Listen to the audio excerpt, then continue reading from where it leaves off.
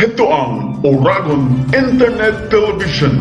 Maaasahan sa balanced news in public affairs, education, music and information gamit ang mga bagong teknolohiya sa pamamahayag.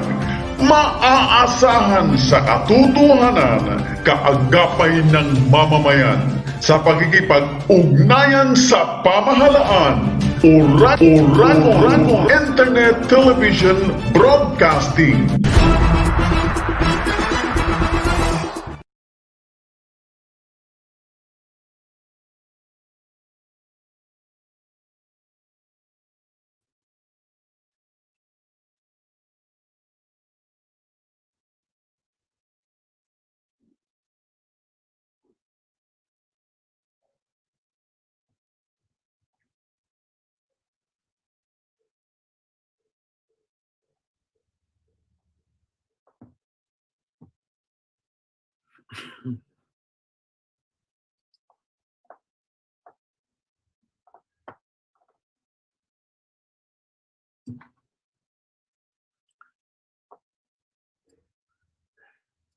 Magandang umaga po mga kaibigan. Sa ating po namang pagtatanghal ngayong araw na ito, pag-uusapan po natin ang ilang mahalagang bagay may kinalaman po naman sa halalan.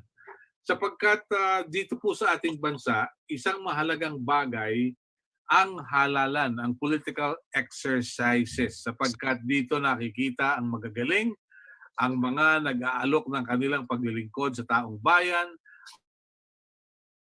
at ang pagpili ng mga mamamayan ng kanilang mga inaakalang magagaling at maaasahang mga pinuno ng bansa. Pero paano ba tayo bumoboto? Paano ba tayo namimili? Ano ba ang ating pamantayan? Ano ba ang ating basis?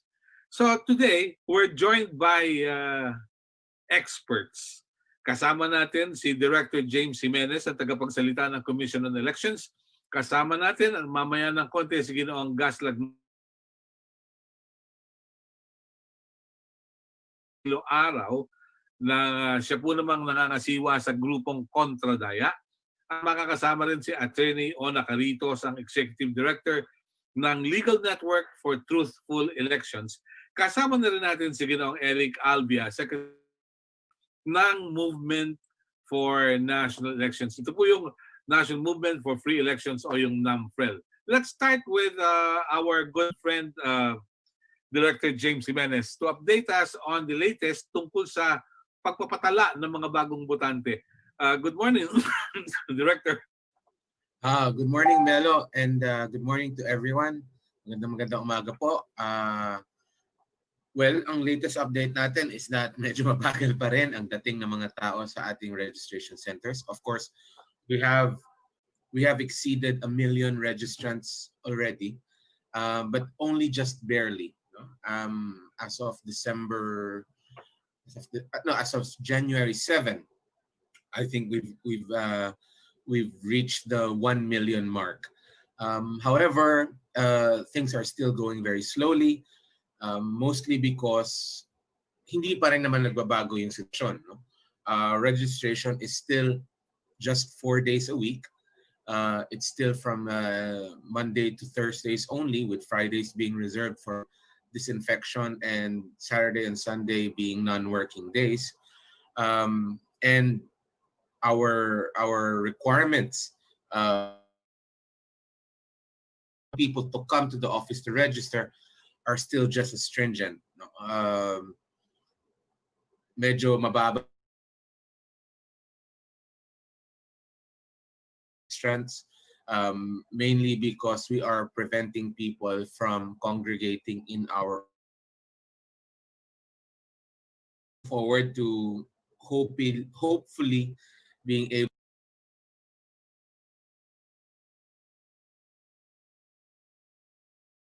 to conduct satellite registration events by the end of this month.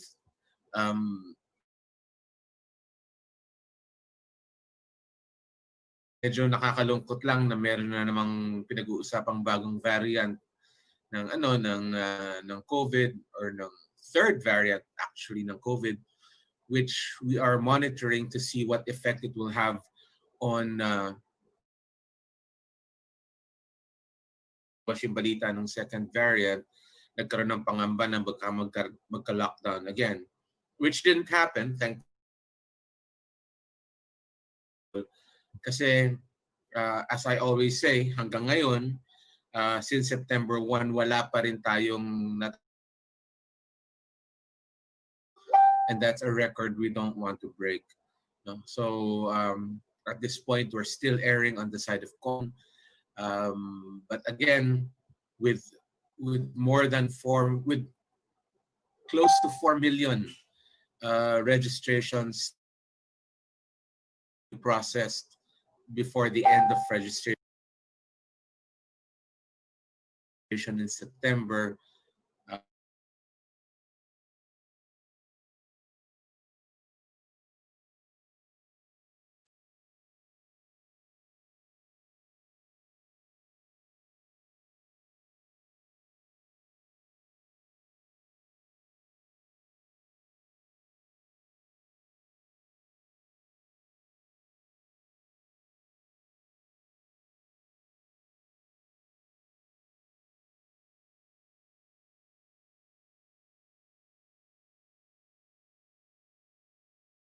critical that we basically get a move on. No? So hopefully, by the end of this month nga, makapag-roll out na tayo ng mga satellite registration para dumami naman yung capacity natin. The problem kasi is no matter how effectively you call people to the office, if your office naman can handle just a handful at a time, eh wala din, no? Mag-create ka lang actually ng frustration.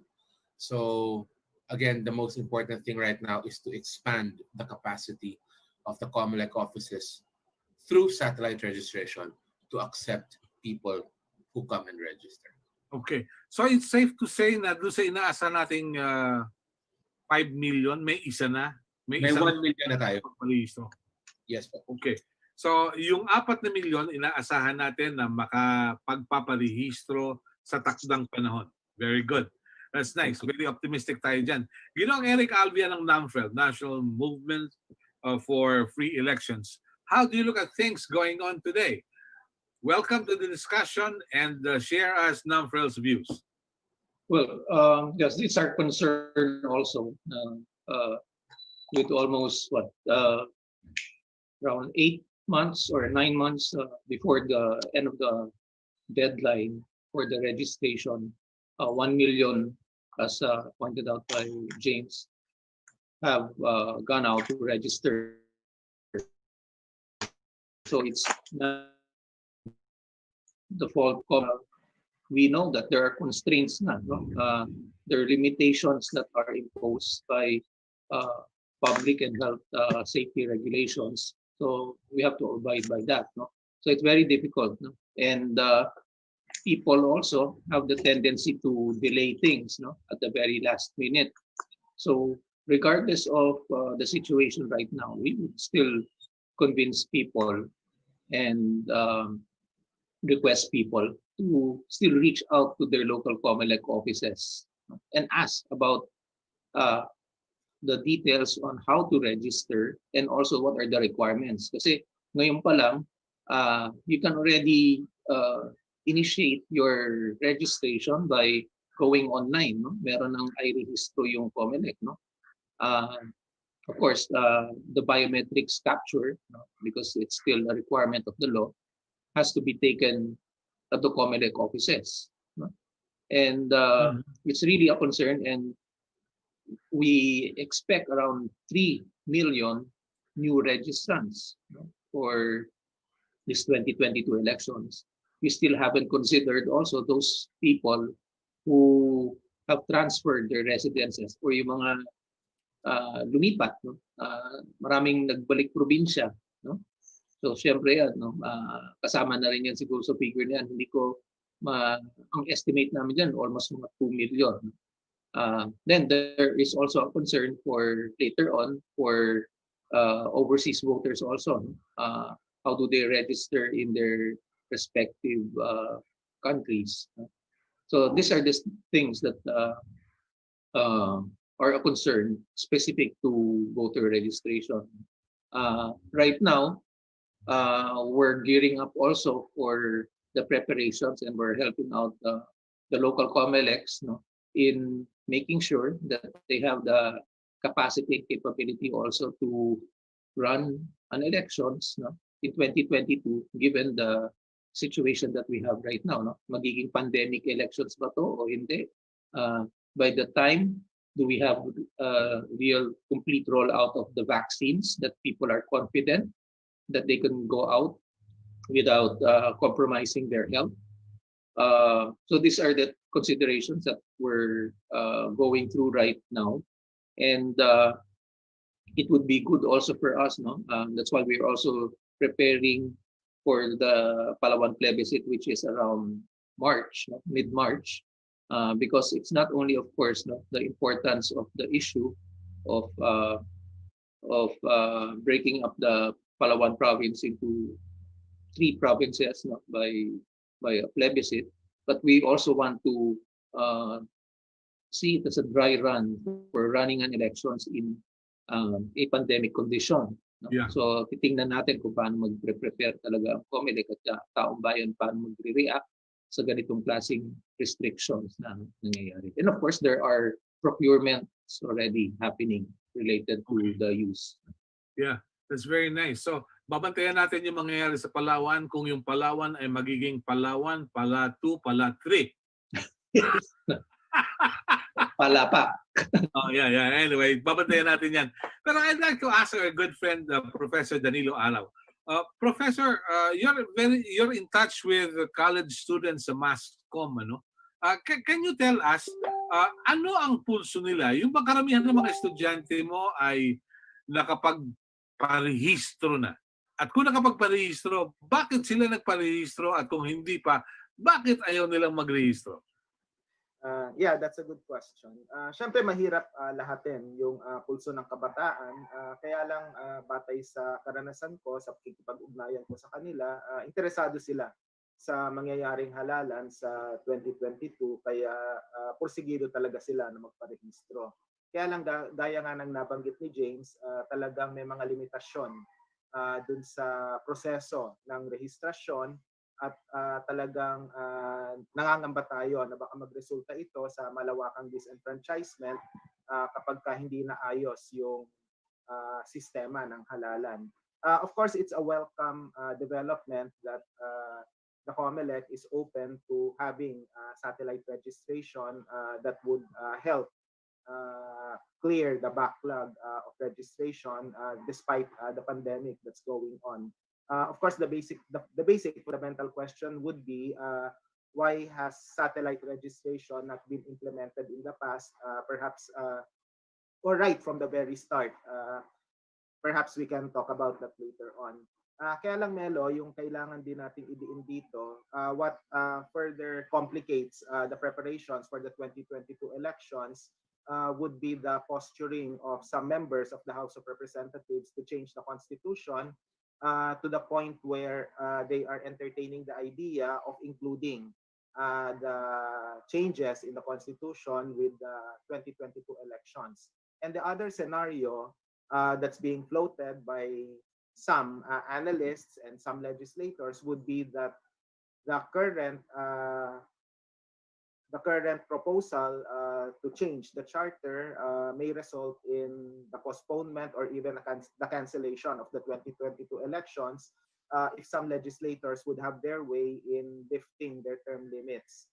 So we always have this no election scenario every time we hold elections, every 3 years or every 6 years in the case of the presidential elections. So the system is very problematic at this particular time, and we hope that the youth and as well as the other not yet registered constituents or citizens of our country would be able to transcend such disillusionment with our policymakers and proceed with the registration.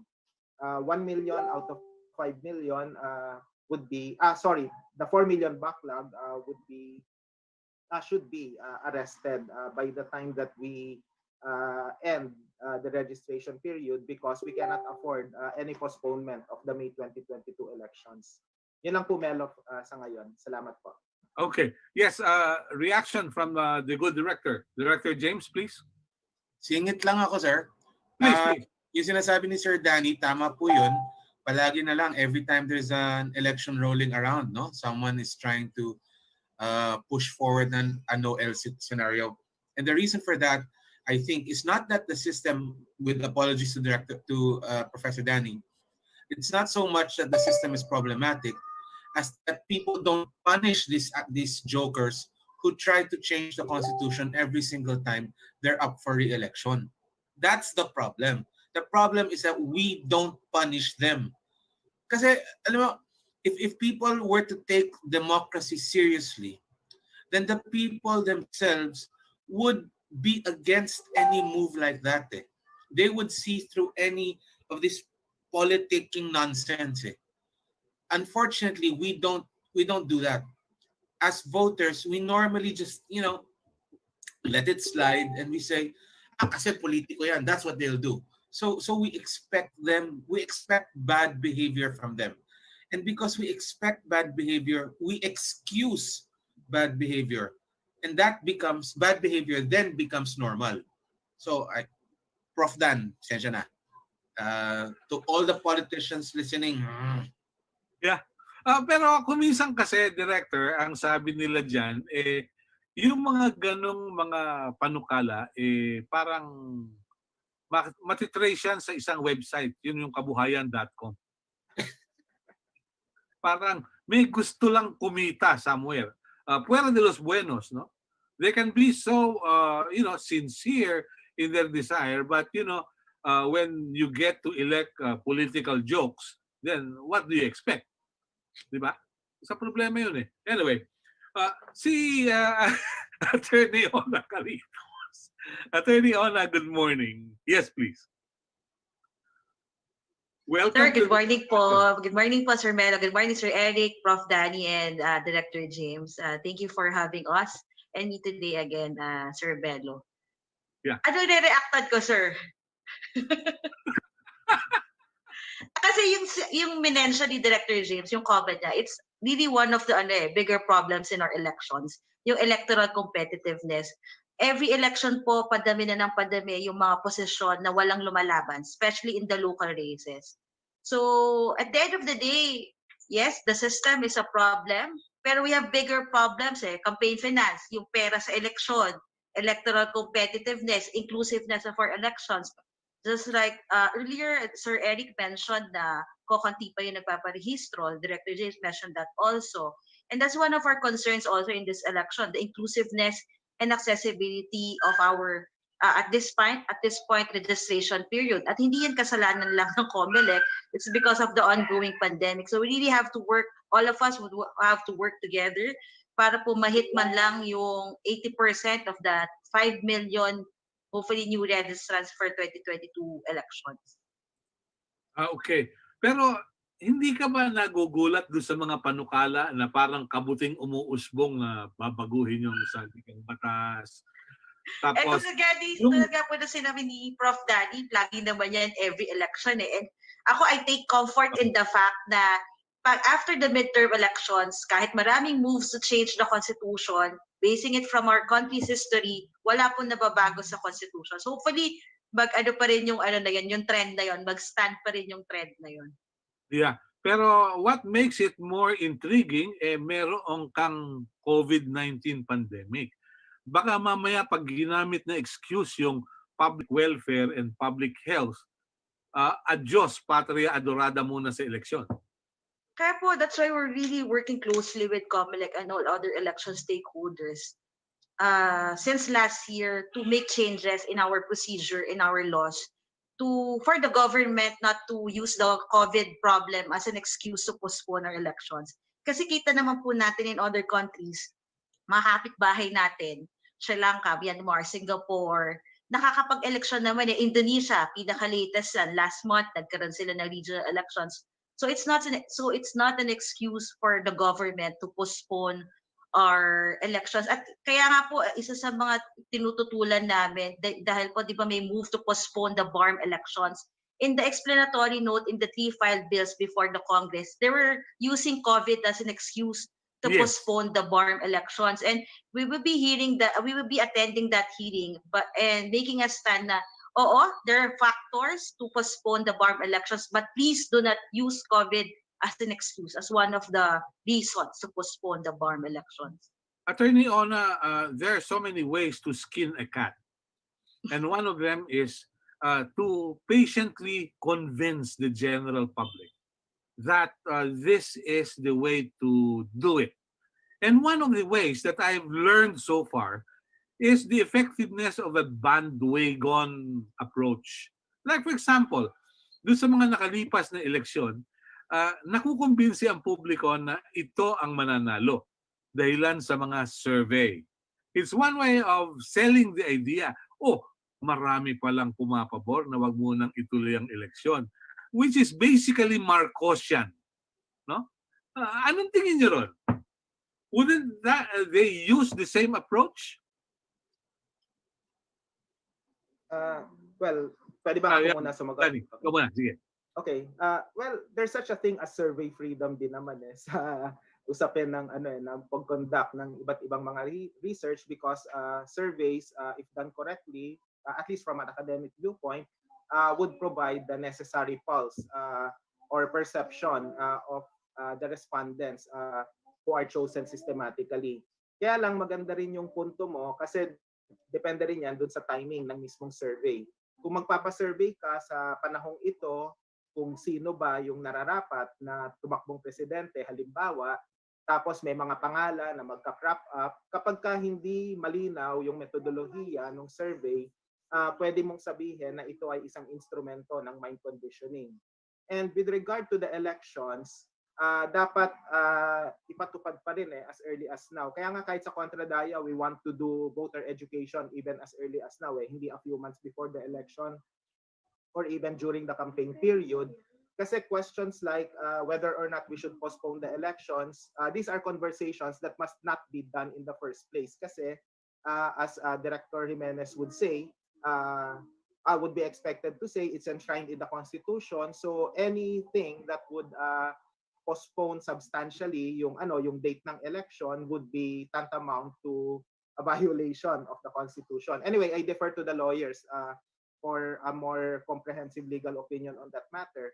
So sa usapin ng survey, ulitin natin, Melo, yung usapin ng preference halimbawa for presidential candidates, I mean, these are valid questions. Kaya lang depende pa rin yan sa timing. Kung ngayon natin ginagawa yung mga ganyang survey, with all due respect to some of the survey firms out there, you are prone to being accused of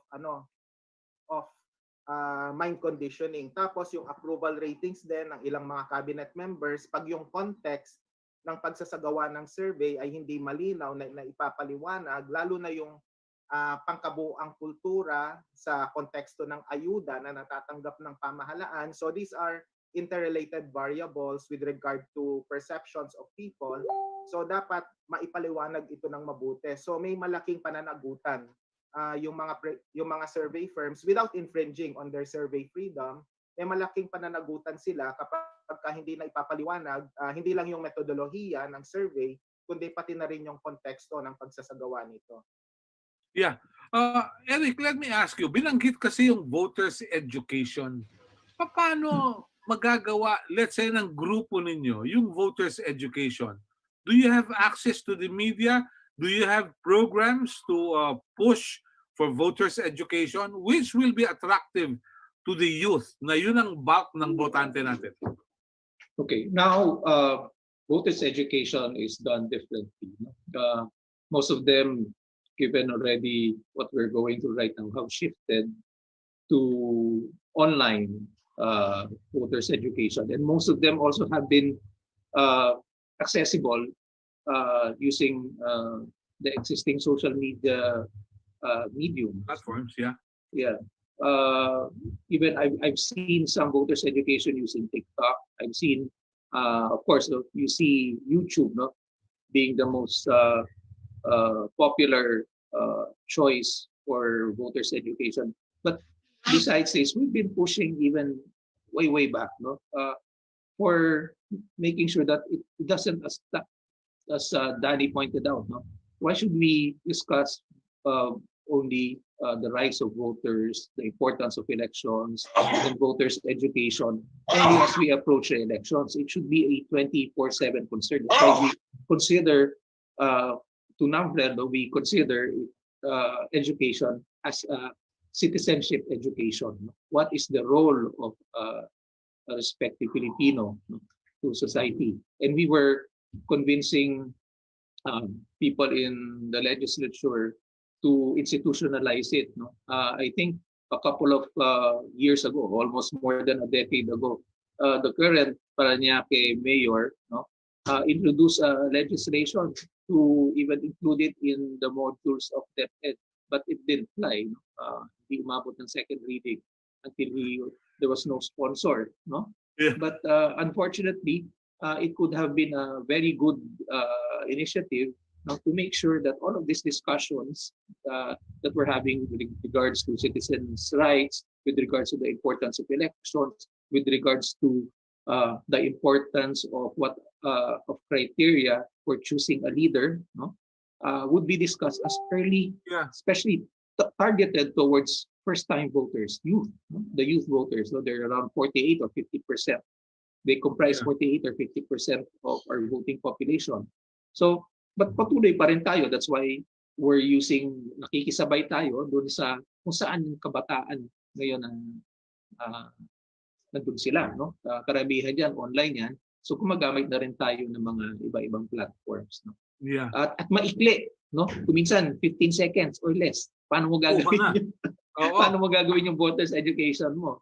No? Mm-hmm. But it's not an end all and be all, no.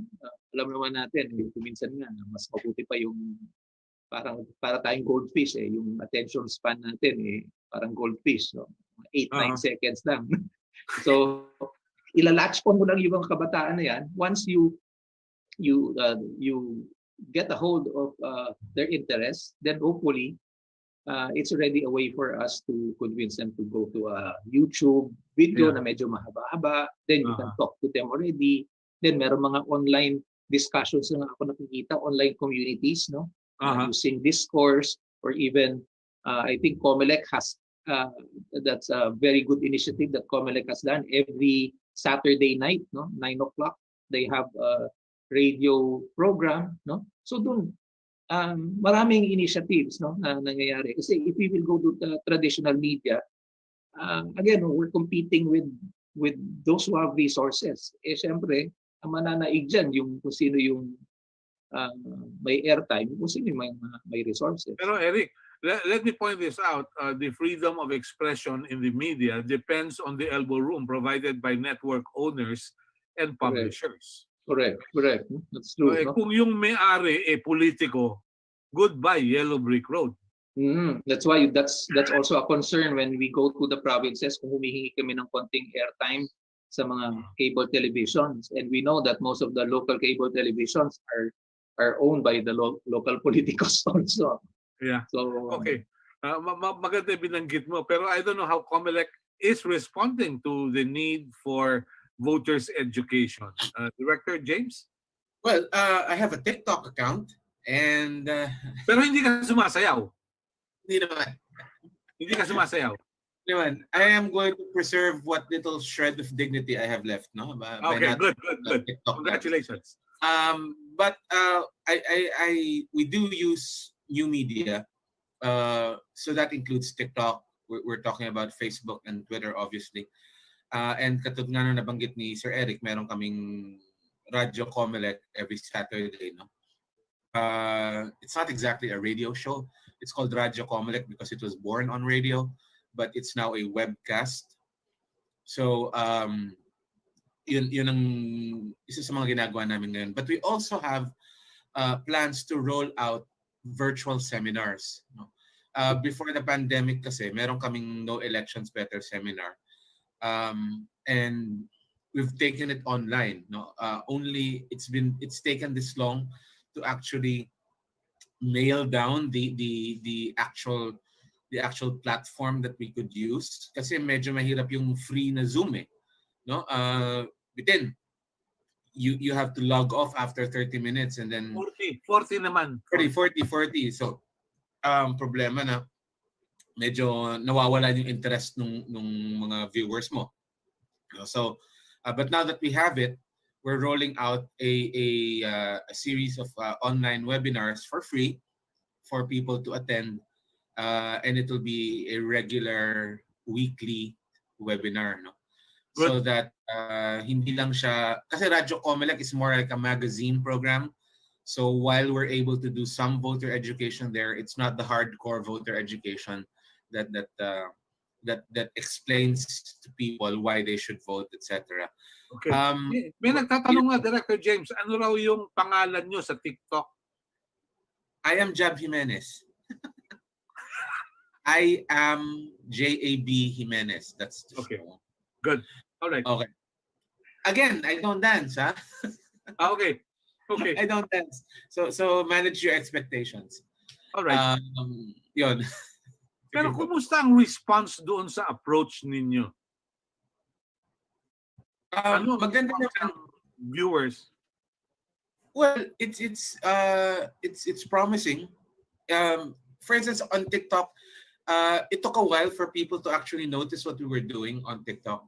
Kasi syempre, on TikTok, I guess what's premium there is if you're funny or if you're dancing and all of that, no. And we're using TikTok in a different way, obviously. So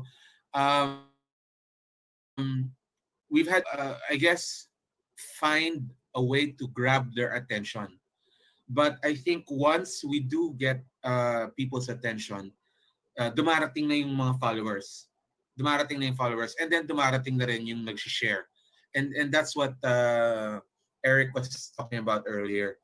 The game really how to catch the attention of the people and then to drive them to resources that will give them more information. Okay.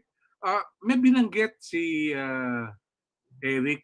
Ito may kinalaman dun sa paglilipat ng mga mamamayan. At ito'y tanong din na nakarating sa akin kagabi. Paano yung mga OFWs na na-repatriate at nakauwi na sa probinsya, sa kanilang mga lugar? Paano yung mga nagbalik probinsya na dahil wala nang trabaho sa Metro Manila? Are they considered new voters? Dahilan sa baka ito magamit nung mga dating tinitirhan nung mga botante. Like for example, dito sa Maynila, baka may umuwi na sa probinsya for good, pero may boboto pa rin para sa kanila. Kailangan po nilang gawin ay magpa-transfer of registration. They're not considered new voters, no. So even if you're coming from abroad and you have to register in the Philippines now because for some reason or another you don't expect to be able to go back abroad anymore, no. Yung sinasabi nilang umuwi na for good. You're going to have to transfer your registration from the overseas voting system to the local registry. Ganun din if you're like in Manila, if you were in Manila before the pandemic and then the pandemic happened, binalik ka sa Ilocos Sur, then you have to register in Ilocos Sur, but not as a new voter, but as a transferee, which means that your records will be taken from wherever they were and essentially transmitted to wherever you're transferring, no. Again, we use this imagery of transferring files because it's what people are familiar with, but there's no actual physical transfer of files going on kasi naka-database naman tayo lahat, no. So basically sasabihin lang na wala ka na doon sa pinanggalingan mo at nandito ka na sa pinaglipatan mo. So not as a new registrant but as a transferee. Okay. Merong isa pang concern dito. Well, I saw footages in Uganda dun sa eleksyon. Yung ballot boxes plastic lang. Tapos meron lang nakatali na plastic din. Ihuhulog yung balota. Pagkatapos, babasahin yung boto na may check lang. Dahilan sa mukha ng kandidato ang nakalagay. Can we not do it in the Philippines for transparency's sake? Nako, Sir Melo, kung maglalagay ka pa ng one by one na picture sa balota natin, ang balota natin ganyan nakahaba. Ganon. Kasi ang balota natin sa ngayon is already about this long. Pahiga. And that's just text. No? Imagine kung may 1 by 1 picture pa yan, hahaba na yan. Dahil synchronized elections po tayo. Okay. What you saw in Uganda was a parliamentary election or some sort of Presidential din presidential election, but presidential election lang, no? Perhaps may kasamang ibang local. I just recently came from Kazakhstan to witness the parliamentary elections there. Doon, party list system sila, pero 4 lang na partido ang naglalaban-laban. So, ganun din. I-check mo lang yung pangalan ng party list. May picture ng logo ng party list. No? So, ang main determinant dito is how many are actually contesting the election. So, in places like Kenya or Kazakhstan, like I said, because it's a relatively small election and you have a relatively small number of participants in the electoral contest, then kayang gawin yun. Napag-usapan na rin po, matagal na po yung idea na lagyan ng litrato, especially helpful yan para sa mga illiterate. Pero kasi yung pagkakadesenyo ng election system natin, yung synchronized, tapos ang dami-dami natin pagbubutuhan, 34 positions actually on the ballot. And you're talking about multiple candidates per position, like for president. Di ba last time, we had like 5 candidates for president. For senator, we had 50. So ganun pa lang kakunti. Mahaba na yung balota natin. Okay. So medyo doable. Saka mukhang hindi rin doable sa Pilipinas yon dahilan sa ang ilalagay na picture ng mga kandidato. Yung mga picture nila nung high school graduation. Oo. Hindi tumatanda eh. Yung mga may buhok pa, boss. Yeah. Hindi ba yun pandaraya na? Dahilan sa hindi naman yung itsura nila eh. So, kung sa advertising, merong truth in advertising, ito, dishonesty. So, how will you elect some really dishonest in the pictures na nilalabas pa lang doon sa material? No? Kahit nga ni Yan, tanong na yan, Carmelo.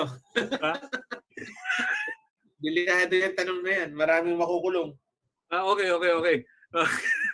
Attorney Ona, a lawyer that you are, hindi ba dishonesty yun? Well, parang dishonesty in advertising, sir. Pero wala naman pong ganong election offense. Ano na lang talaga yan eh. Nasa tao na lang talaga, sir. Pero yung naisip ko kanina, yung nung pinag-uusapan niyo po ni Director James yung pictures, can we consider it for national positions only, Director James? Kasi for local positions, kilala naman yan ng mga tao eh. Kasi tumatakbo naman yan sa lugar nila eh. But for national position, possible kaya yun, Director James? I think for a certain level of kunyari, for president siguro. Pero kasi once you get to the senatorial races, again, 50 yan. Oo, ang dami yan. Puno na kagad yung isang side ng balota mo. And if you remember, the last election we had, may issue pa tungkol doon sa placement ng party list. Bakit nilagay sa likod? No? Apparently, people don't know enough to flip the ballot. If you were to put pictures pa, even of the senators, I think for president, it might be doable. No? Considering that we've mostly been able to keep the number of candidates down to below 10. Baka doable. But also want to consider how big the pictures are going to be. Because if the pictures are too small naman, then people are going to complain. Parang what's the point? Right? So it'll have to be a useful size also. Okay. Paano yun? May voter's ID ka na, meron pang national ID. Hindi ba pwede ma-incorporate na lang sa national ID pati yung pagboto natin? Ay, Sir Melo, wala na pong voter's ID. Wala na. And that's precisely because we hope na magkaroon ng national ID. Again, para hindi naman masayang yung observation mission ko sa Kazakhstan, panggiting ko lang na napakatulin ng voting sa Kazakhstan because they had the national ID. A person would take about 3 minutes to complete the process from self-identification to the election officer all the way up to casting the ballot. All they need to do is they need to show the national ID, right? and then the election commissioner, that's what they call them, yung BEI nila doon, just checks the ID against a list of voters in that area. Having a national ID makes it possible for them to have precincts as large as 2,500 voters each. Average size na yun sa isang polling place, 2,500. So ang luwag-luwag ng mga areas nila kasi ang lalaki ng mga venue. And it's all facilitated because of a national ID system. So will the COVID-19 not cause long queues? May social distancing ka pa? How did they do it in Kazakhstan? What they did, sir, was that they had a very long election day. They started voting at 7 in the morning and ended at around 8 in the evening. They had, sa atin kasi, when you go to the polling place, isang tao lang ang nagbibigay ng balota sa iyo. You just have that one BI and the one chairman being authorized to give you the ballot. Sa kanila, in every polling place where you have, again, like I said, more than 2,000 people per polling place, no, they have up to 11 election commissioners. Ito yung BEI. And every single one of them are able to distribute ballots. And the reason they're able to make that work is because each person, each election commissioner is tasked to handle only a certain range of people. So it's A to D, for instance, and E to H. So ganyan. So ang dating ng tao, very orderly, and they're able to go directly to the election commissioner who is assigned to their initial, and they're able to maintain social distancing that way. Again, because they're spread out and very efficient yung turnover doon sa point na nagbibigay ng balota. Very safe. Mga kaibigan, nagka-problema po yata yung internet natin. One more time. Yes, Director? sir. Ona? Yeah. Yeah, Ona? Yeah. Director James? Yes, please. Nawala ako, sir. Okay lang. Okay, pakituloy lang po. Sige po. You were saying something? So very efficient yung kanilang turnover, and kahit doon yung ballot box nila is actually just a clear acrylic box, and they seal it only with a zip tie and a paper seal. So ito po ang Philippine elections kasi yung ballot box natin parang tangke de guerra. Yun na nga eh. Pero James, one more question for you before I go to our other panelists. Doon ba sa Kazakhstan may barangay captain? Wala Have you po. heard kung may barangay chairman? Wala silang ganung klaseng subunit, no? Meron silang parang wards lang, but they don't rely on individuals kasi nga meron po silang ID. So yung ID talaga ang nagiging parang ward leader nila dyan. Okay, kaya ko kasi naitanong dahilan sa yung pagkakaroon ng barangay chairman sa matgaling eh. Yung kasing barangay chairman pwedeng hawak ng politiko, although dapat apolitical sila. That's right. Pero, sila rin yung naghahakot ng botante in some instances, no? Let's call a spade a spade. Attorney Ona, experience ninyo. Totoo po yan, ang mobilizer sa baba sa mga barangay ay mga barangay officials. Kahit election offense yan, bawal ka, alam mo yung mag-shepherd, mag-transport ng mga voters to the polling places.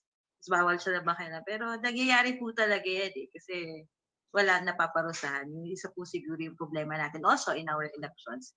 Impunity. Yung mga hindi takot gumawa ng krimen kasi hindi nakakalusot. Aha. Danny, from Contra Daya's point of view? Yeah, we would confirm that kasi on the ground, marami naman talagang forma ng pandaraya. Hindi naman porke nagkaroon tayo ng automated elections, nawala na yung traditional na guns, goods, and gold. As Attorney Carito said, hindi naman mahirap lahat yan pero may mga barangay officials talaga na nagagamit ng mga politiko. That's why and even at the SK level, I'm sorry to say this, kahit yung sa Sangguniang Kabataan, namomobilize din towards serving certain political agenda. Yun yung problema rin kasi hindi masyadong na monitor ng mabuti yung ganitong klaseng pandaraya, kaya hindi talaga napaparusahan at patuloy pa rin yung mga ganitong klaseng forma ng mga katiwalian sa panahon ng eleksyon. Eric? Yes, please. Yeah, that's true, no? We concur with those observations, no? Dahil yun na nga, itong problema na to, hindi naman yung penalty, yung laki ng penalty ang pinapataw ang nakaka-deter, no? Yung certainty na nahuhuli ka at paparusahan ka, no? In any crime, no, or in any offense. Yun yung malaking bagay dito eh. Hindi yung taas tayo ng taas ng penalty, no? So, kesa yung amount o kaya yung tagal, pero wala naman nahuhuli o kaya nahuhuli, hindi naman pinapatawan ng parusa. So, syempre, we see this climate of impunity, no? Not only happening in election-related matters, but in other matters, no? Mabalik ako dun sa voters registration, no? That's the direction that we're headed right now. Hopefully, we see that this is a massive program, no? This is a massive campaign, yung national ID or national registry natin. And this is probably a solution and hopefully not a source of problem in the future, no? Because we want to make voting, no, inclusive, no? We want to provide each and every citizen, no, a right to participate and choose, no, their leaders, no, and determine, no, their future. Maganda itong ID na to dahil instead na yung ngayon na nangyayari na active voter registration na yung kusang loob yung mamamayan ang lalapit para magparehistro, ito yung estado na, no, yung state na ang mag-extract sa database, no. Pero ang ganitong klaseng programa, biro mo, 110 million Filipinos, paano mo i-roll out ito? Kaya mo ba in 3 years, in 5 years? No? Definitely not this 2022 elections. No? Siguro sa 2025, that's already a pipe dream. No? Pero kakayanin natin. But siguro 80 million, 70 or 80 million registered voters, siguro kayang ma-extract ito. And ito, mapapadali pa yung pagpaparehistro, no? Hindi na magiging problema. At pangalawa, magiging paraan din, no, na you will assure each and every individual wherever he or she is that he can exercise the right to vote, no.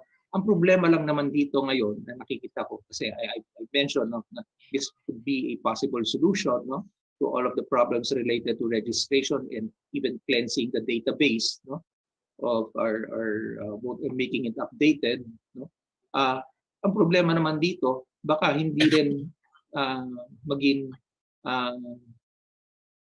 malinis, no, yung baka maging pamamaraan naman ito to provide access to services.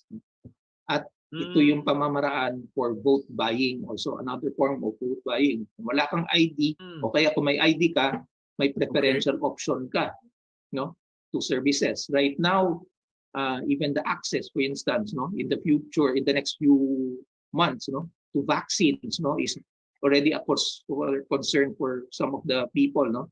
Parang baka magamit itong tool, no, if you can have access to the vaccines. No, ngayon, ang national ID, nakikita rin baka pamamaraan ito na to provide preference, no, to those individuals who can have access to basic services, no.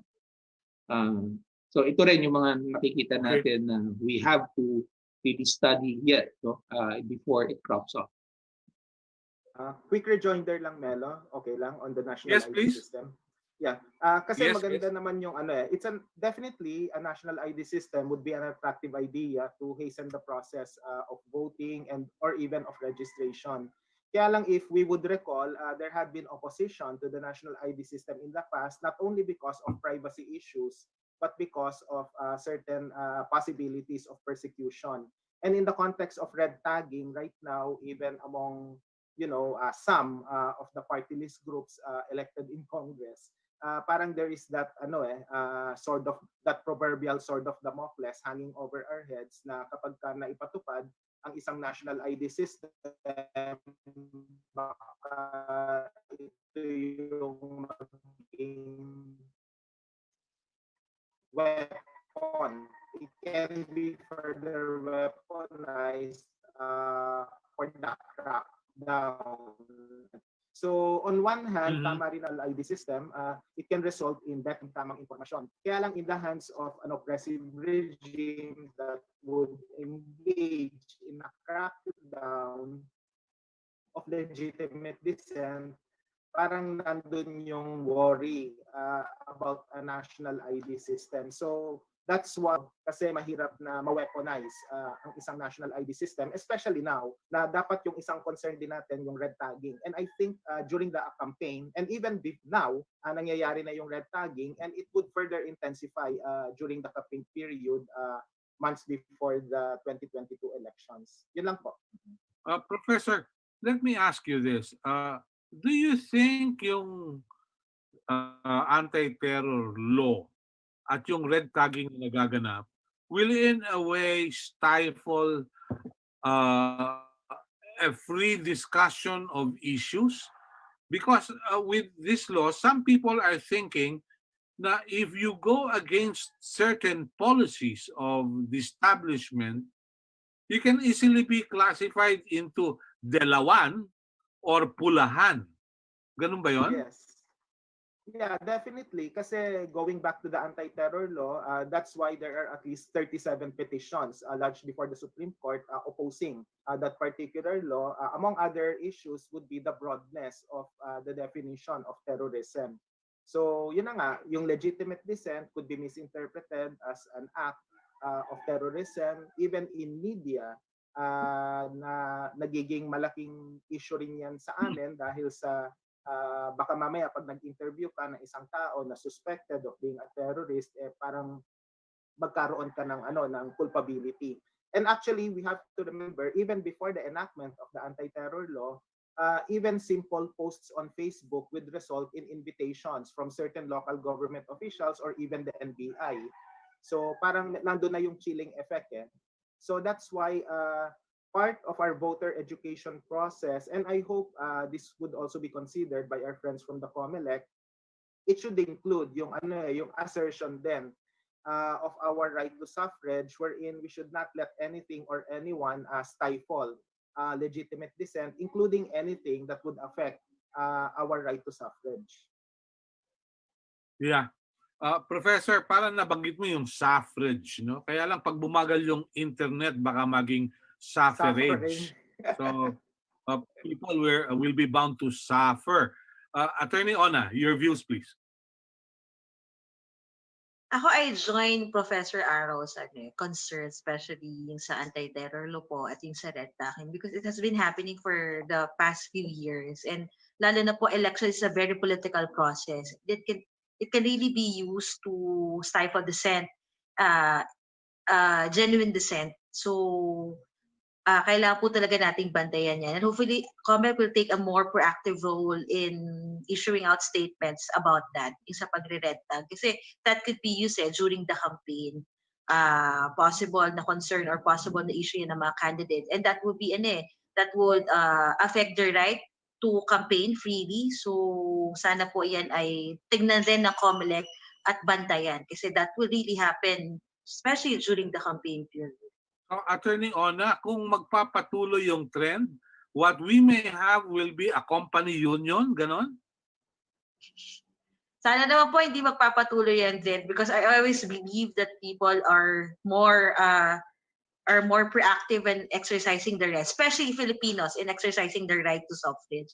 So sana po mas maraming tao, yung mga ELAM at mas maraming organization ang mas tumingin sa election ngayon pa lang. Kasi what the problem in our elections is tumitingin lang tayo 6 months before or during the filing of COC. Tulad nga po ng sabi nila Sir Eric at ni Prof. Danny earlier, it should be it should be proactive citizenship, and it should not be citizenship 6 months before the date of the actual election. Yeah, Eric from NAMFREL, Do you share the same view? Yes, as I mentioned, it's not it could be misused, no? The access or the provision for a national ID system could be misused, no, by the state, no, and we just have to be vigilant at that, no? While true, no, it could provide services right now, no, in the advent of what's going on in social media, it could be another means towards amplifying uh, certain propaganda. No? It could be used also to attach you to a particular group which imbis na makaprovide ng access tayo for those services or your rights, no?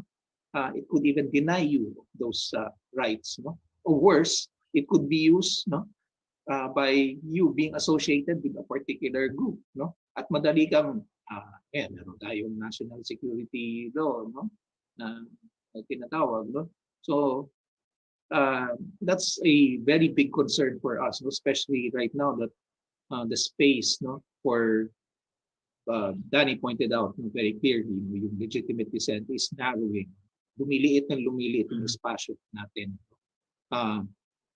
So it's going to be, it could be abused, no?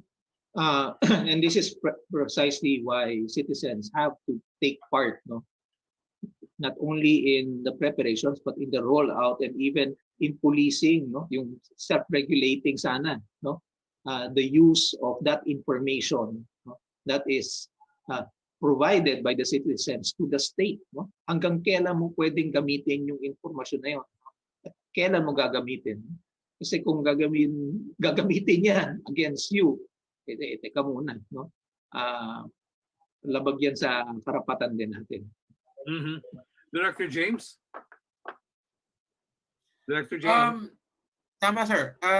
I share everyone's apprehensions about the national ID. No, in fact, when I was working with the Solicitor General before, isa yan sa mga positions namin was that we would have to go very slowly into the idea of a national ID because there were a lot of privacy issues that needed to be solved or at least settled before we even tried to do a national ID. However, I think that would be the work of appropriate agencies, not the COMELEC per se.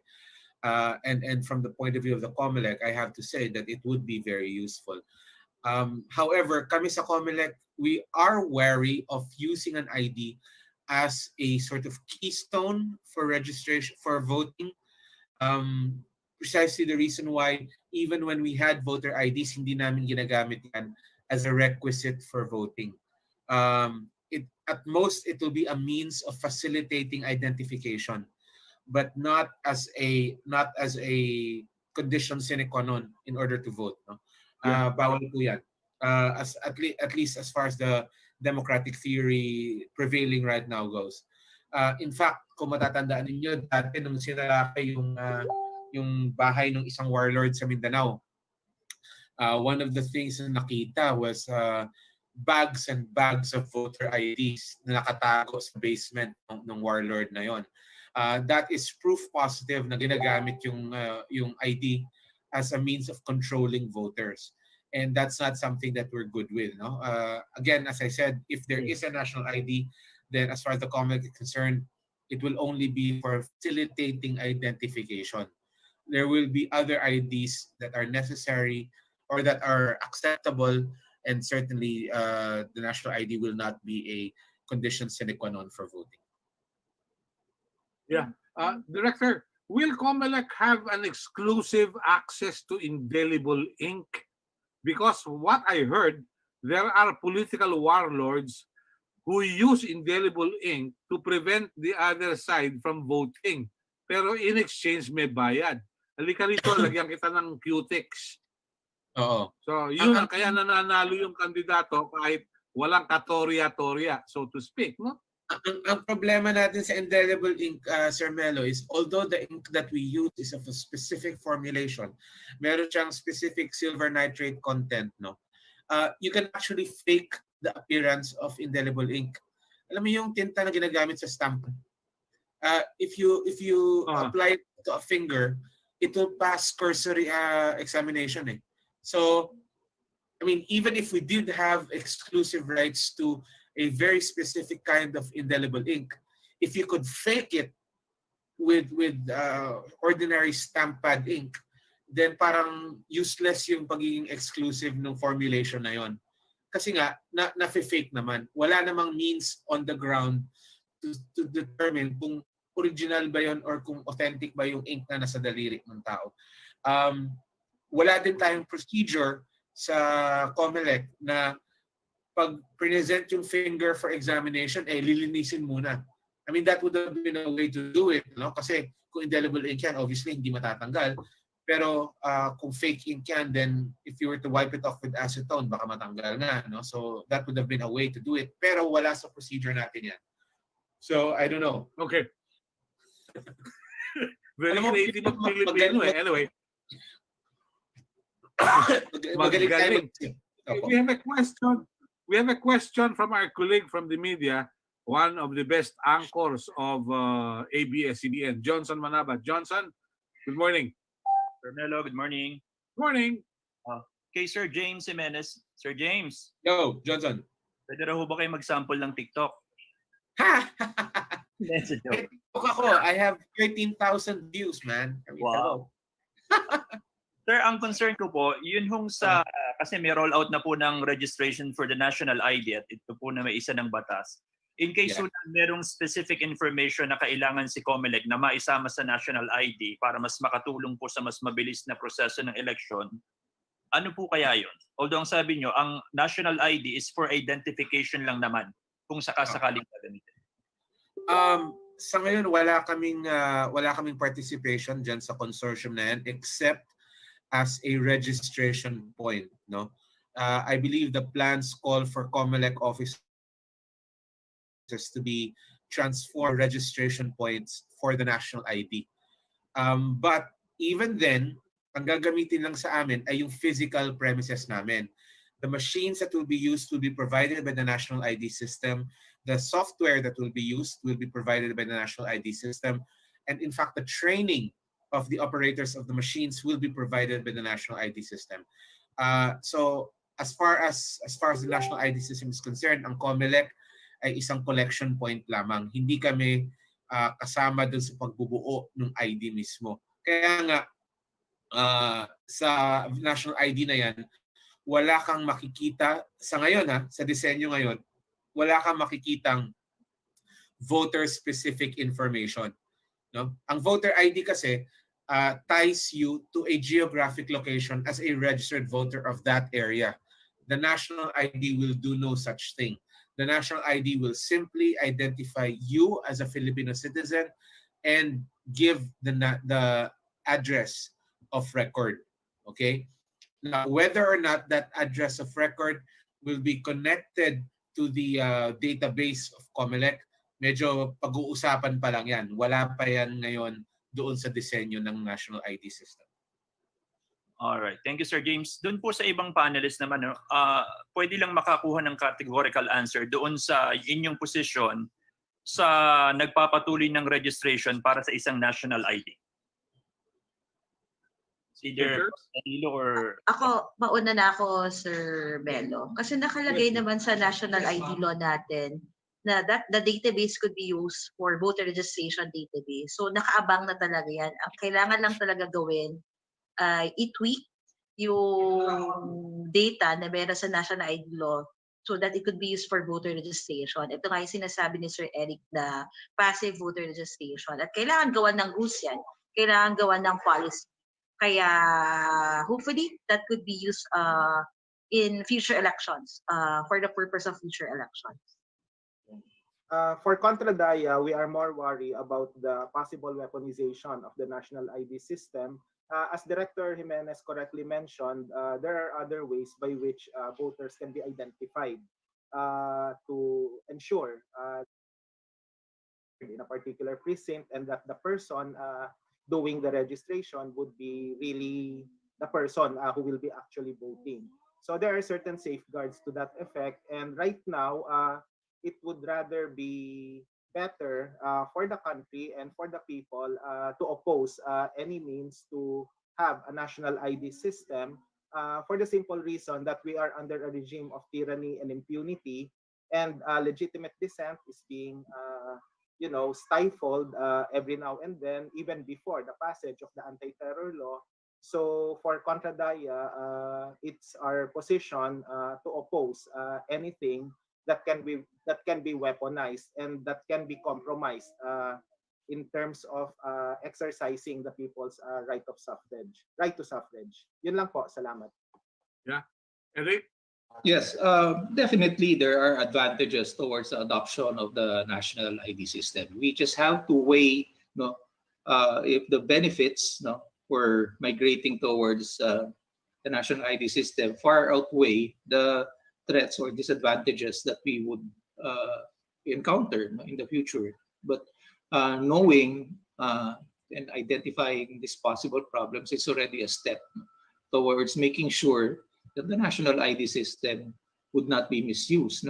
I, for one, would still believe that it could be beneficial towards not only encouraging a lot of our voters to register, but it could also be utilized by the commission to manage and make accurate our voters registry. As I mentioned, oras pa lang na pinanganak ka, ibig sabihin assured ka na botante ka na pagdating mo ng 18 years old.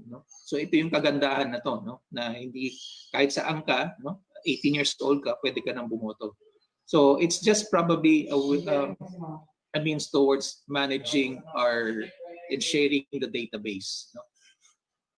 Okay. Director James, I got some questions for you from California. Wow. Yes, may tanong dito, siguro gawa nung nangyari sa Amerika, nabanggit kasi ni Pangulong Trump na nadaya siya. Ang tanong mula sa California ay, gagamitin ba yung Smartmatic sa eleksyon natin? Yung makina po na ginagamit natin ay binili natin from Smartmatic. So, to the extent that the devices that we're using are Smartmatic branded, may tatak na Smartmatic doon sa makina, then yes, gagamitin natin yung Smartmatic. But in terms of the software, the canvassing system, ganyan, lahat po yan homegrown na. Sa atin na yan, gawa na ng long experience natin sa automation. If at all, ang Smartmatic will be vendor support lang kasi nga sa kanila natin binili yung makina. But hindi yung idea ng mga tao na Smartmatic ang nagpapatakbo ng halalan, hindi po totoo yun. Okay.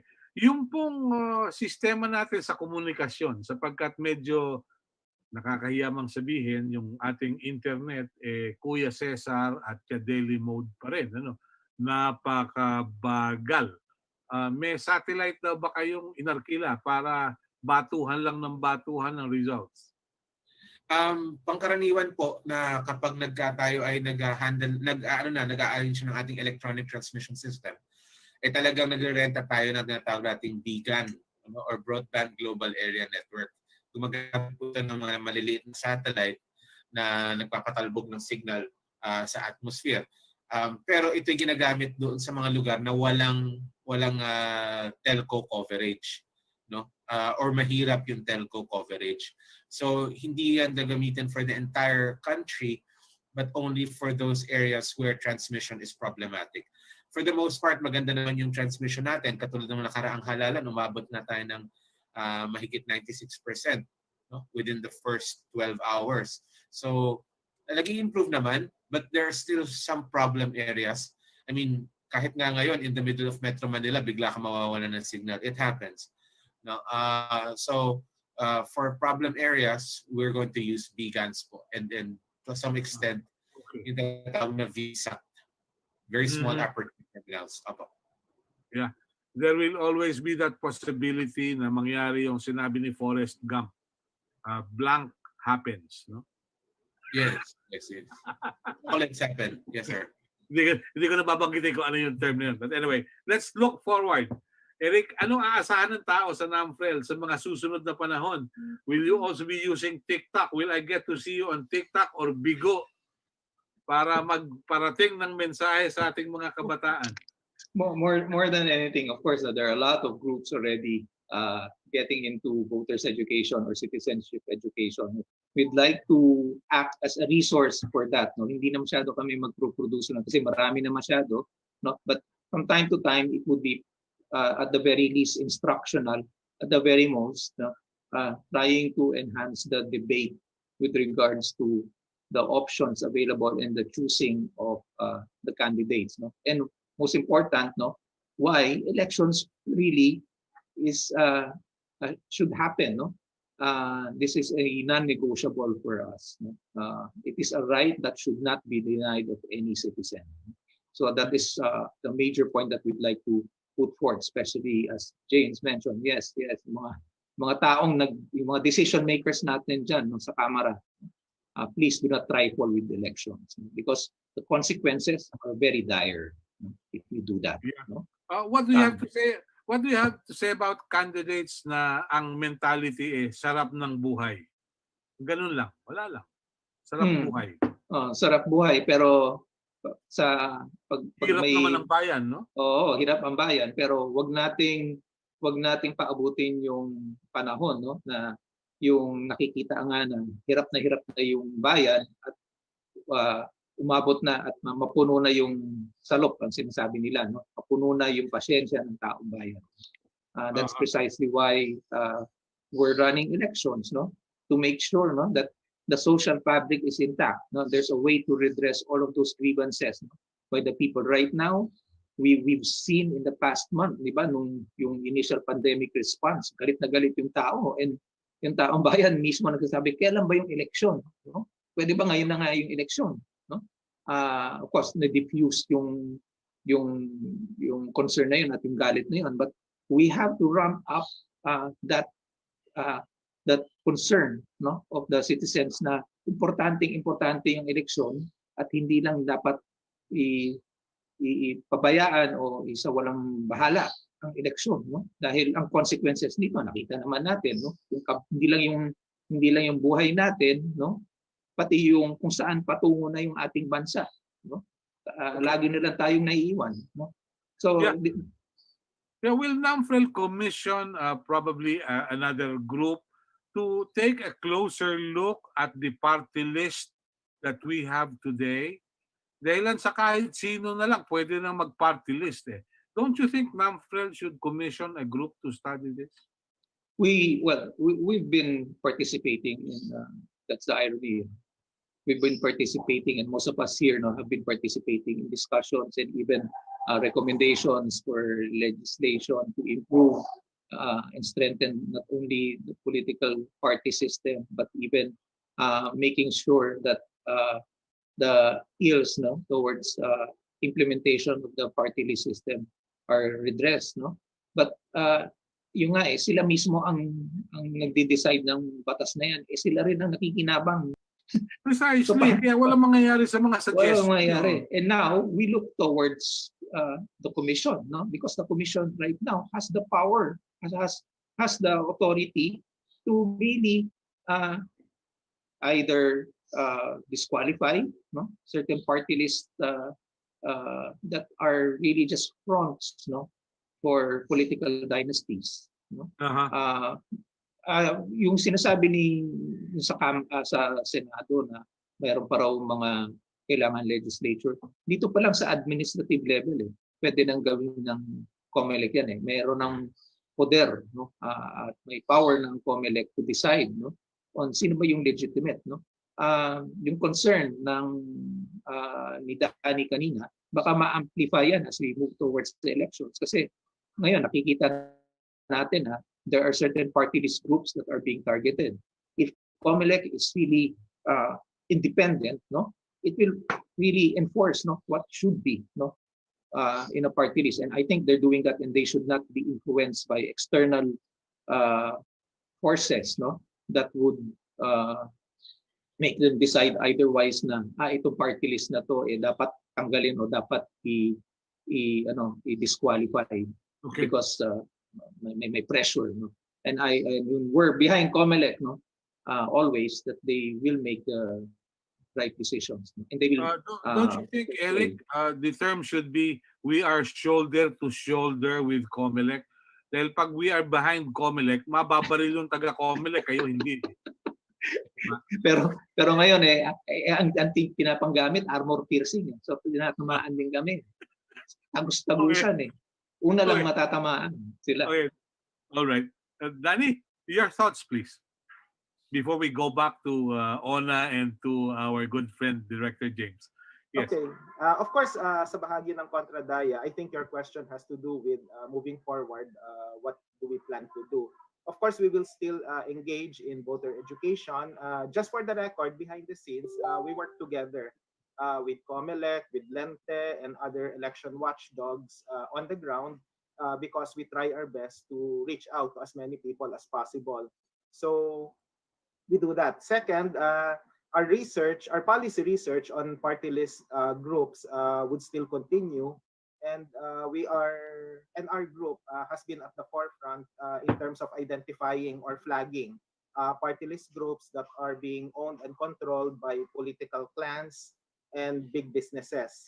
We're most especially concerned with charter change because one of the reasons being put forward by some policymakers is that that the constitution should be changed to abolish or to reform the party list law in such a way that would disqualify certain communist fronts, which is very much problematic because, don't get me wrong, there are a lot of reforms that need to be made with the party list law, but it doesn't mean that we will be changing the constitution. But the reform in the party list law would have to do with trying to make it as representative as possible to the marginalized and the underrepresented. So ganun dapat sana yung perspektiba. Kaya lang ang nagiging kalakaran ngayon, parang ginagamit din yung party list law bilang extension ng red tagging campaign ng AFP, PNP at saka ng NTF-ELCA. Now, as a last point, and I don't want to put Director Jimenez in an uncomfortable position because this is beyond his control, we are worried that by February 2022, all commissioners of the COMELEC will be 100% appointed.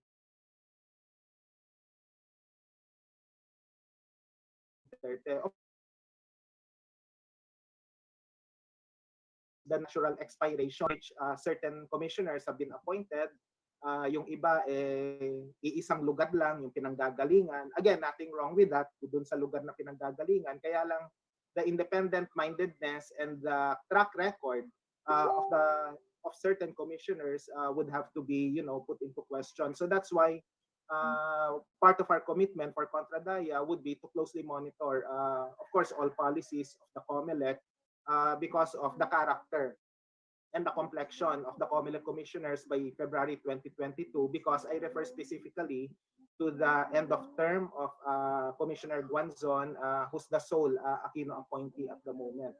So again, I apologize to James if I put him in an awkward position, pero ganun talaga yung trust ng Contradaya sa kasalukuyan, because that's how it's going to be by 2022.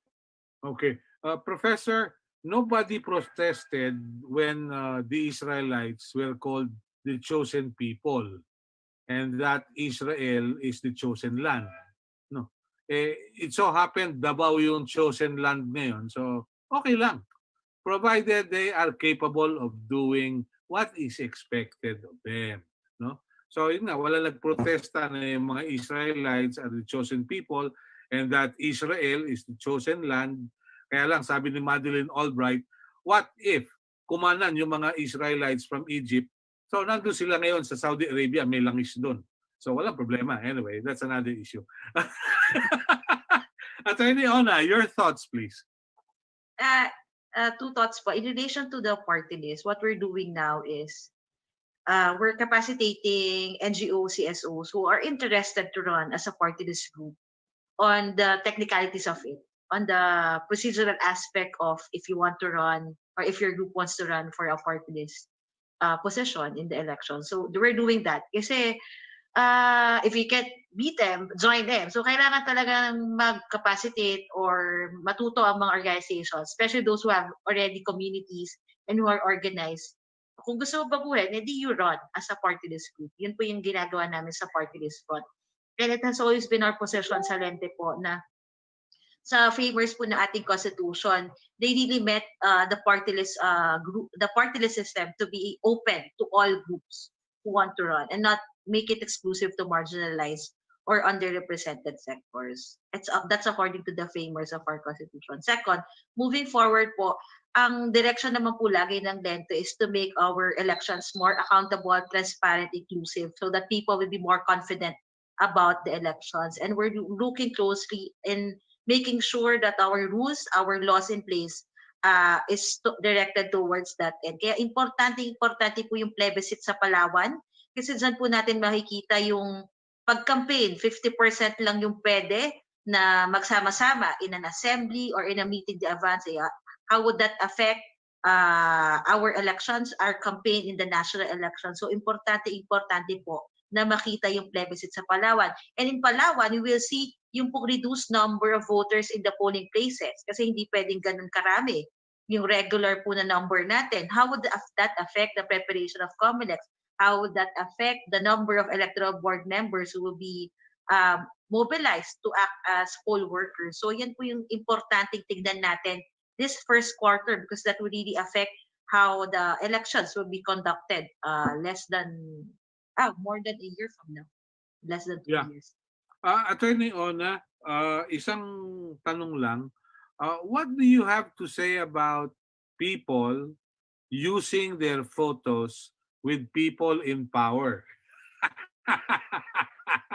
We saw this before the 2019 elections. May malalaking billboard sa Espanya with the president and now Senator Bongo. Is that not a way of circumventing election laws? Sabi kasi ng COMELEC, di pa naman nagpa-file eh. Unfortunately, that's our legal, that's our legal setting na you're not considered a candidate as long as hindi pa nagsastart yung campaign period and you have filed your certificate of candidacy. So yung mga nakikita po natin billboards ngayon, it's more of people, of voters to take note of. Kasi yung mga billboards po na yan, may gastos yan, malaking pera yan.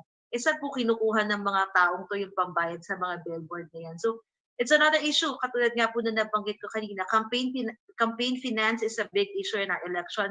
People should take more notice of how candidates and political parties are getting their sources to spend in our elections. Yeah.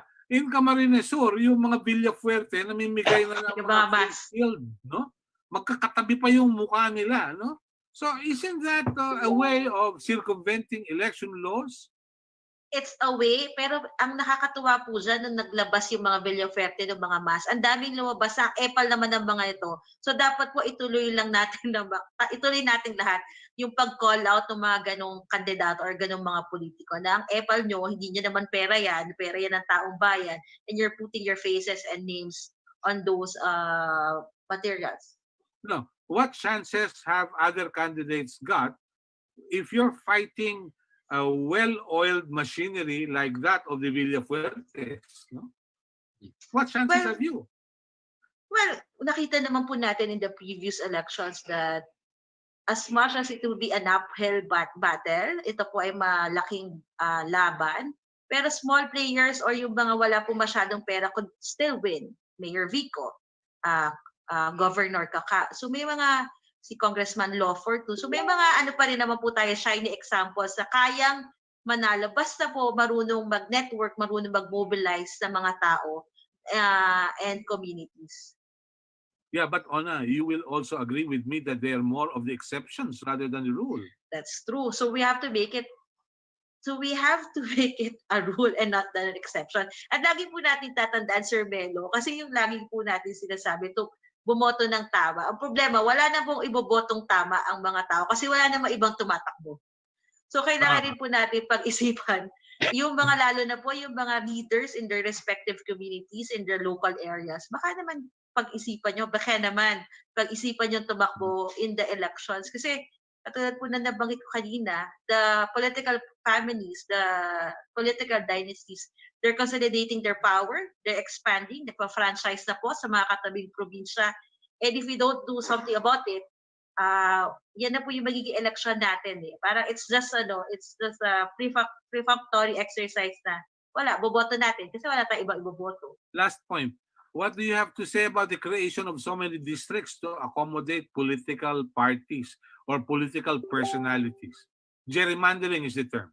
It is a term. I would always depend on the resources that the government have and the requirements for you to form a district. So I think kailangan po tignan yon, especially when districts are formed left and right. Kasi baka po hindi na kaya ng gobyerno natin, especially at the budget aspect of it. So kailangan po tignan siguro yun. Okay. All right. Maganda to eh. Director James, your thoughts about what's going on, what needs to be done? Some people say they will believe in the independence of the Commission on Elections if a commissioner by the name of James Jimenez gets appointed. Long shot yan, sir. First of all, I would like to put Sir Danny at ease. Thank you very much for your concern about my discomfiture. We look forward to hearing the pronouncements of Contra Daya all the time because Contra Daya, NAMFREL, Lente, they're the ones who really remind us of things that might get lost in the shuffle as we're preparing for the elections. Syempre, the COMELEC is focused on certain things, and it's always good to have reminders from groups like Contra Daya and NAMFREL and Lente about the things we might be missing. Obviously, the concern is very real about the commissioners being, the composition being what it is. However, we also hope that we would be able to give our commissioners a fair shake. No? And in many cases, our commissioners have proven themselves to be independent of the positions taken by the government at large. So I think we should just keep on being what's that made up Tagalog word, fiscalizers of each other. So maraming salamat po for that. As far as the plebiscite goes, just like everyone here, kami sa COMELEC, we also consider the Palawan exercise as a mapping exercise. Essentially, we're mapping out what we are going to do in 2022. Nabanggit ni Attorney Ona, one of the things that we're going to see is the reduced number of voters per precinct. And already may impact na yan dun sa preparations natin kasi biglang dumami yung ating polling sets. Another thing that we're looking at is what are we going to do about people who are either positive for COVID on election day or are in quarantine, or you know how they check your temperature when you go to a place? What if your temperature is 37.8? Anong gagawin sa'yo? Are you going to be denied the right to vote just because mataas ang temperatura mo? So protocols for handling situations like that are going to be field tested essentially in Palawan. We have procedures laid out already, and we will inform the public of them in due time. But for now, those are the areas that are really very important for us to sort of define, because they will impact our preparations for 2022. Yung Palawan 2-3 na plebiscito natin, I think this is a very critical halfway point, no, as we march towards the 2022 elections. And we welcome all of the attention from everyone regarding this. And one of the things that we always say now is don't sit this one out. Napakahalaga na maging bahagi tayo nito mga darating na electoral exercises na ito. May reaction si Andre Blas. Sabi niya yung party list itself may be prone to abuse.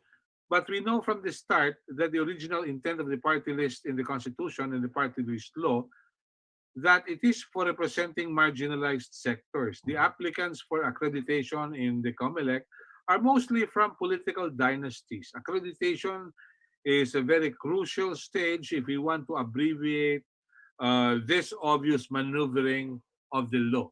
Short reaction, please. Sir, actually, if you go back to the records, the idea of the party list system was actually to really open up the political system, no? Para hindi lang yung mga politiko, yung mga candidates na may funding ang pwedeng sumali.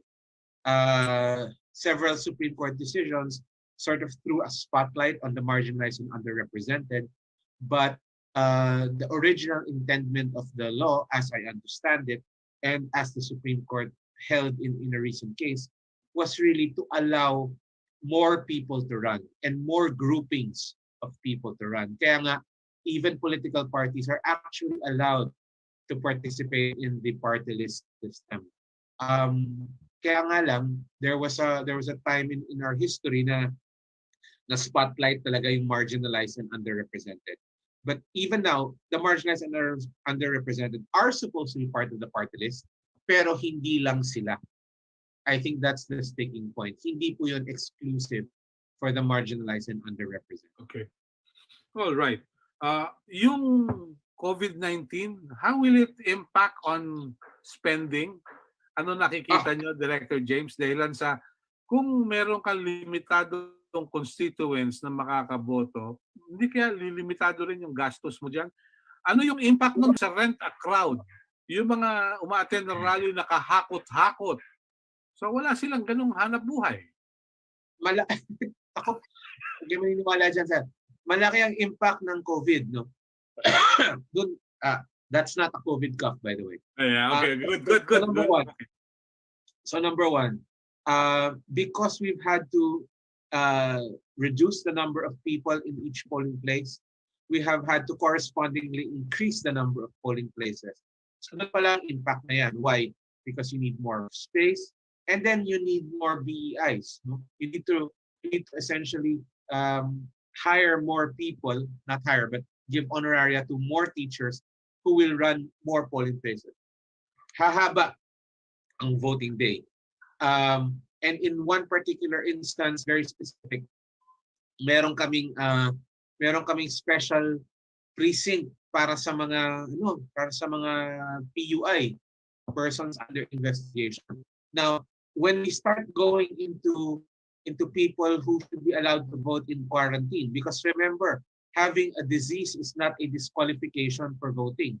No? So kahit may COVID ka, hindi magandang dahilan yan para hindi ka makaboto. So we're studying means of extending the vote to people who are in quarantine. Again, no guarantees at this point, but we're definitely looking at that. But you can be sure na magkakaroon po ng ng cost implication yan. In other countries, what they do is they actually bring a sort of portable ballot box to the sick, no, to the hospitals, to the quarantine facilities, and then they outfit the election worker. So PPE yan for that election worker, transportation, hazard pay, and so on and so forth. So medyo malawak po ang impact ng COVID in terms of budget. Now, as far as people, yung tinatawag yung rent a crowd, the reason I'm saying na huwag kayong umasang mawawala is the kind of people who rent a crowd are also the kind of people who really don't care about other people. Diba? I mean, I am not going to, as you said earlier, I'm going to call a spade a spade. I mean, if you're the kind of person who tries to gin up the elections by hiring people to come into crowds, why would a disease stop you? Where would your moral scruples be in that situation? Malamang wala rin. So I would warn our public na huwag kayong umasa na aalagaan kayo ng mga handler na ganyan. Huwag kayong aasa na kayo ay may malasakit sa inyo, yung mga tao magsasabi sa inyo, punta kayo sa rally para mabayaran kayo. Those people don't give jack shit about you. So huwag kayong magpapadala sa ganyan. Okay. Sorry. You know, Director, as I was setting my mind for this discussion, you know, I had this dream last night, kaya nagising ako ng maaga. And kaya ako nagising dahil nagpasa daw ng resolusyon ang COMELEC na lahat ng kandidato should deliver speeches at pagbawalang magbudot sa entablado para marinig ng tao kung ano yung kanilang mga panukala. Bawal ang sayaw, kundi dapat talumpati. Do you think it will ever happen, Director? Nabawal ang sayaw, sir. Bawal ang sayaw. Mahirap. No, I don't think it will happen. Ngayon pa nga lang, ang dami na sumasayaw sa social media, sir. Yun na nga eh. Yeah. Anyway, okay. Short rejoinders from Ona and Dan and Eric. Attorney Ona, before we say thank you. Yes, please. Nung Friday po, nagkaroon kami ng discussion with political parties or with representatives of political parties as to propose rules for elections during COVID. At isa sa mga na-raise nila is yung resolution ng COMELEC as to ano ba yung number of minutes per station ba yan o combined of all the stations. So kailangan po talaga na paghandaan yan ng COMELEC as early as now kasi makaka-apekto po talaga ang COVID in the way candidates, in the way political parties do their campaign and spend for their campaign. Kaya importante po na actually sinabihan rin po namin yung mga political parties, reach out to COMELEC, talk to COMELEC, raise to them your issues. Kasi kawawa rin naman po ang COMELEC. Ang dami rin naman nila iniisip. And if hindi i-raise sa mga political parties yung mga concerns na yan, hindi yan magiging part of the decision-making for this resolution. So, gusto ko lang po i-point out yun kasi malaki po talaga effect ng COVID in our elections. Our elections will not be the same elections that we had the past 3 presidential elections. Mm-hmm. Okay. Thank you, Attorney Ona. Professor Danny? Yeah. The 2022 elections would be different in the sense that this is a pandemic election, but the age-old issues would still remain. We still have the guns, and gold. We still have various forms of fraud. So I think just to shorten this message, I would just like to quote from the tagline of Contradaya, maghanda, magbantay, kumilos, because these are the 3 actions the 3 values that we should be doing in line with the 2022 election. So vigilance is the key here. We don't just have to ensure that we will go out and vote. We would have to make sure that we guard our votes and that our votes are counted correctly and accurately. Maraming salamat po. Yeah, thank you. Eric? Yes, yeah, thank you. If I may add, guns, gold, and gigabytes, because right now the battle is in social media. And padamihan na lang ng access ng portal, but we have to be very careful about the information coming out from this new medium. True, we want to we seek change, we seek reforms, but if we ourselves do not make the first step, which is to go out there and register or at least make our records correct, if we have to transfer our registration, then all of these things will come to naught. For us citizens, it's upon us already. Even if you say na, okay, sige, bawal na yung sumayaw, ano na lang tayo, magbigay na lang tayo ng speeches. But words are cheap. Ang pinaka-importante sa taong bayan pa rin, bantayan natin, i-monitor natin kung ano yung performance, yung actions ng ating mga leaders. Right now, there are various groups and initiatives being done by civil society. Yung pagmo-monitor ng budget sa ibaba, malaman natin kung totoo ba ang ginagastos to para sa social services or kung saan pumupunta. The pressure right now has been seen in the prices of the vaccines. There's one very popular vaccine na ganun pala yung amount na binigay, pero yung pala yung totoong presyo bumagsak na lang to 650. Pwede pa nga bumagsak yun. Again, this is because of the effort of the public, of media, no, by pointing it out na ito yung talagang totoong factual price, no. This is precisely why we've been encouraging people, no, to go out and participate in all of these citizens-led initiatives, no. On the part of COMELEC, may we request COMELEC to share information, pertinent information, which would help us be informed voters, no. Yung nakita din natin, no, in the past months, no, yung paggamit ng datos, no, to assess, no, and make decisions. Siguro as we move forward towards preparations for the 2022 elections, this information will help us also make good decisions, no, as we prepare, no, for the 2022 elections. Yeah, so thank you very much. Yeah, Director, message for everyone. Huwag kalimutan magparehistro para makaboto. just right, sir.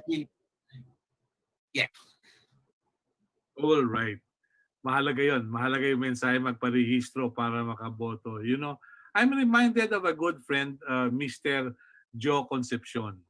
Si Joe said something like, it is better to light a candle than stumble in the dark. Maybe COMELEC should find out from the Department of Energy if we have enough electricity come election campaign and election counting. So, okay yun. And then I'm also reminded of what Joe Con said. Yes, the Filipino can. So, ibig sabihin, kaya ng Pilipino at hindi papayag ang Pilipino na ilagay sa lata. No? There will always be this quest for freedom and for independence, right? Okay. So I'd like to thank everyone who took time out to be with us. Kasama rin natin si Dr. Tan Cho Chiong of Chinese General Hospital. He's monitoring our show. Sandro Chona of ABS-CBN, our good friends from GMA Television, and the like. Dr. Tan, would you have anything to say? No. I think this is a very timely webinar because we have to raise the awareness of the people and educate the people about this election. Thank you for this webinar. Yeah. Thank you. Yeah, thank you. Thank you too for joining us. So I'd like to say thank you to everyone who took time out.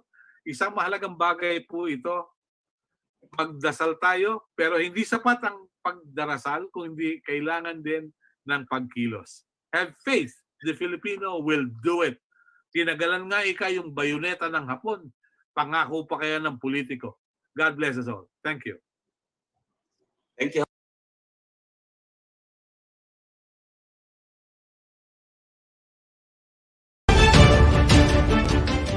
Heto ang Oragon Internet Television. Maaasahan sa balanced news in public affairs, education, music, and information. Gamit ang makabagong teknolohiya sa pamamahayag.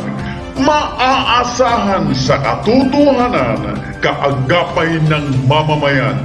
Sa pagkikipag-ugnayan sa pamahalaan. Oragon Internet Television Broadcasting.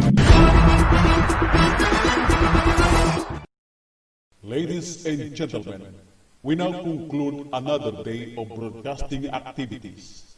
You have been watching to this virtual broadcast station, Oragon Internet Television Broadcasting, a commercial non-stop virtual broadcast station through Facebook and YouTube. Registered with business name number 1909782 by the Department of Trade and Industry, and authorizing to operate until July 2, 2025. Oragon Internet Television Broadcasting is now signing off. Mga kababayan, ang pambansang awit ng Pilipinas. Kayang magiliw, ewan sa sinamanan, alam ng puso, sa titik mo'y buhay. Lupang bihirang, tuyang ka ng magiting, sa manlulupin, di ka pasisingil, sa nagatang tutong simoy at sa langit ang pagkaw, ay nilagang tula tawid sa pagkayang minamahal. Ang isang atawag ko'y tagumpay na nagtitigil, ang bituin at araw niya kailan pang ay matigil.